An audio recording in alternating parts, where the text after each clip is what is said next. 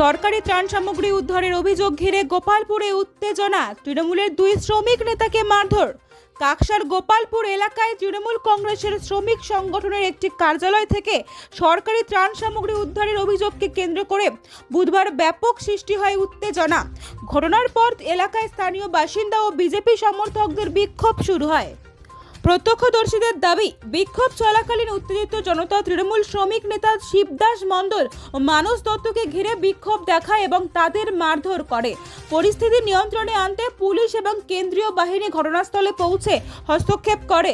দীর্ঘ চেষ্টার পর দুই নেতাকে নিরাপদে সরিয়ে নিয়ে যায় পুলিশ। বিজেপির অভিযোগ, সংশ্লিষ্ট কার্যালয় থেকে বিশ্ব বাংলা লোগোযুক্ত প্রায় 250টি সরকারি ত্রিপল, ব্লিচিং পাউডার এবং সরকারি মাছের খাবার উদ্ধার হয়েছে। তাদের দাবি, সাধারণ মানুষের জন্য বরাদ্দ সরকারি সামগ্রী দলীয় কার্যালয়ে মজুত করে রাখা হয়েছিল। ঘটনার খবর ছড়িয়ে পড়তে এলাকায় ব্যাপক চাঞ্চল্যের সৃষ্টি হয়। পুলিশ পরিস্থিতি নিয়ন্ত্রণে এনে ঘটনার তদন্ত শুরু করেছে। উদ্ধার হওয়া সামগ্রী সরকারি কিনা এবং কিভাবে সেগুলি ওই কার্যালয়ে পৌঁছলো তা খতিয়ে দেখা হচ্ছে।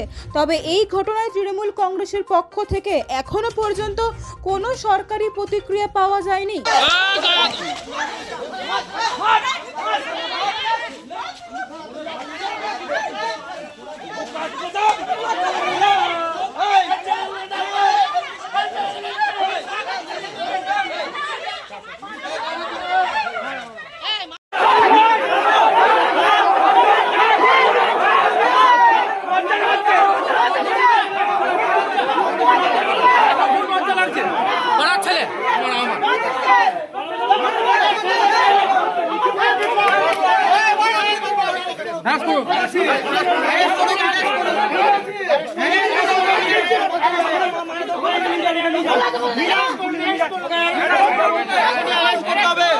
তখন কোথায় ছিল?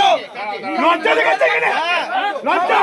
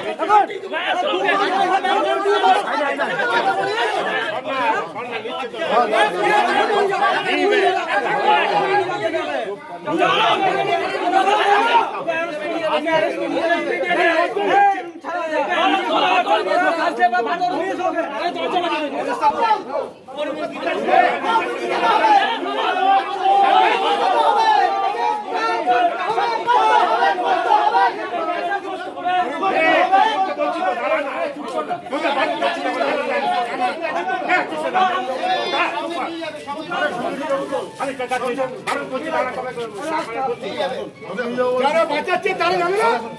আচ্ছা ঠিক আছে, আমাকে আসুন।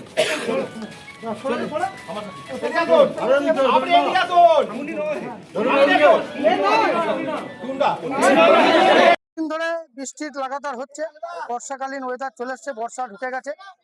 তা এখন মানুষ যাদের বাড়িতে জল পড়ছে, যেই মানুষদের বাড়ি কাঁচা বাড়ি আছে, মানুষরা তিরপলে আবেদন করেছিল পঞ্চায়েত অফিসে। পঞ্চায়েত থেকে কিন্তু তিরপল মানুষকে দিতে পারছে না। এই জন্য কালকে স্থানীয় মানুষ কিন্তু পঞ্চায়েতের প্রধান এবং উপপ্রধানকে ডিম থেরাপি দিয়েছে। তারপরে মানুষ দেওয়ার পরে আমরা খবর পাই যে দলীয় কার্যালয় এই আইএনটিউসি শ্রমিক ভবন, দেখুন এই শ্রমিক ভবনে 250টা তিরপল মজুত করা ছিল। আমরা এসে তার চাবি ভাঙি এবং সেখান থেকে দেখুন এই পশ্চিমবঙ্গ সরকার এই 2023 সালের এই দেখুন এই পশ্চিমবঙ্গ সরকারের তিরপল এখান থেকে 250 পিস পাওয়া গেছে। তাই এগুলো যেগুলো ন্যায্য মানুষ, সেই মানুষ পায়নি। আমরা চাই অবিলম্বে যেই মানুষদের বাড়িতে জল পড়ছে, যেই মানুষরা কষ্টের মধ্যে দিন কাটাচ্ছেন, তাদের বাড়িতে তিরপল পৌঁছে দিতে চাই। এবং পাশেই একটি অফিস আছে, সেইখানে প্রচুর পরিমাণে মাছের খাবার, যা মৎস্য ফিশারি ডিপার্টমেন্ট থেকে মাছ চাষিদেরকে দেওয়া হতো, সেই খাবারও এখানে মজুত করে রাখা হতো।